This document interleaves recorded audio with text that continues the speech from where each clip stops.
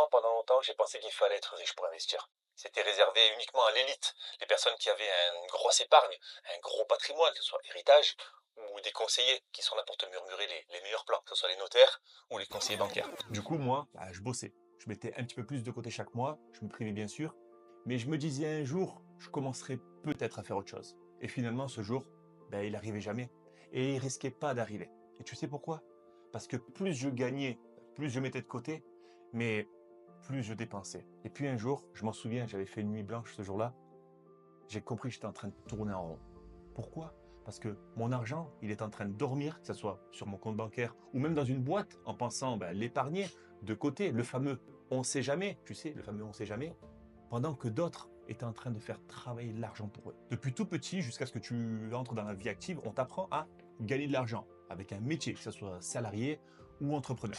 Mais personne t'apprendra à le gérer intelligemment et encore moins à le faire travailler pour toi. Dans mon cas, j'étais entrepreneur dans l'automobile. Je génère du chiffre, parfois des belles journées, mais j'avais aucune structure. J'étais pas éduqué. Je confondais ce que j'encaissais et ce que je pouvais dépenser. Je confondais pro et perso. Et comme beaucoup d'entrepreneurs, je déclarais pas forcément tout parce que c'était peut-être un moyen aussi de mieux s'en sortir. Et en fait, au final, je me bloquais. Je m'autorisais pas l'accès à un vrai levier. Mon rapport avec l'argent à l'époque, ça allait pas du tout. Plus je gagnais, plus je consommais. Et vraiment dans des choses futiles. Nouvel iPhone, une nouvelle télé, des habits, nouveau canapé, etc. C'est des choses, j'étais très impatient. Donc c'était des choses qui me procuraient beaucoup de plaisir sur le court terme, un vrai shot de plaisir, mais sur le long terme, aucune valeur. Et je me rendais compte au final que j'achetais du passif et j'aurais dû me tourner vers de l'actif. Je mettais en péril mon entreprise parce que je confondais chiffre d'affaires avec bénéfice. Je mettais en péril aussi le côté familial parce que il fallait bien rentrer de l'argent à la fin du mois. Mais j'étais pas éduqué financièrement, j'avais pas les bonnes méthodes, j'avais pas les bons outils, mais il fallait que je change de vie. Il fallait que ça change. Je tournais en boucle dans un cycle qui ressemblait à travailler, gagner, dépenser ou même mettre un peu d'argent de côté pour les fameux on sait jamais et recommencer. Travailler, gagner, dépenser. Travailler, gagner, dépenser.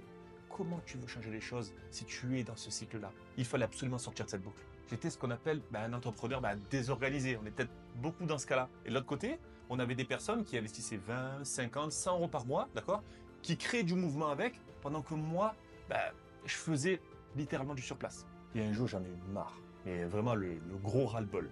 Mais d'un truc plus subtil. J'ai eu envie de comprendre. Je me suis pas dit je vais tout changer d'un coup, hein, mais j'ai fait une nouvelle chose. Je me suis autorisé à tester, à mon échelle, doucement. J'ai mis 20 euros par-ci, 30 euros par-là.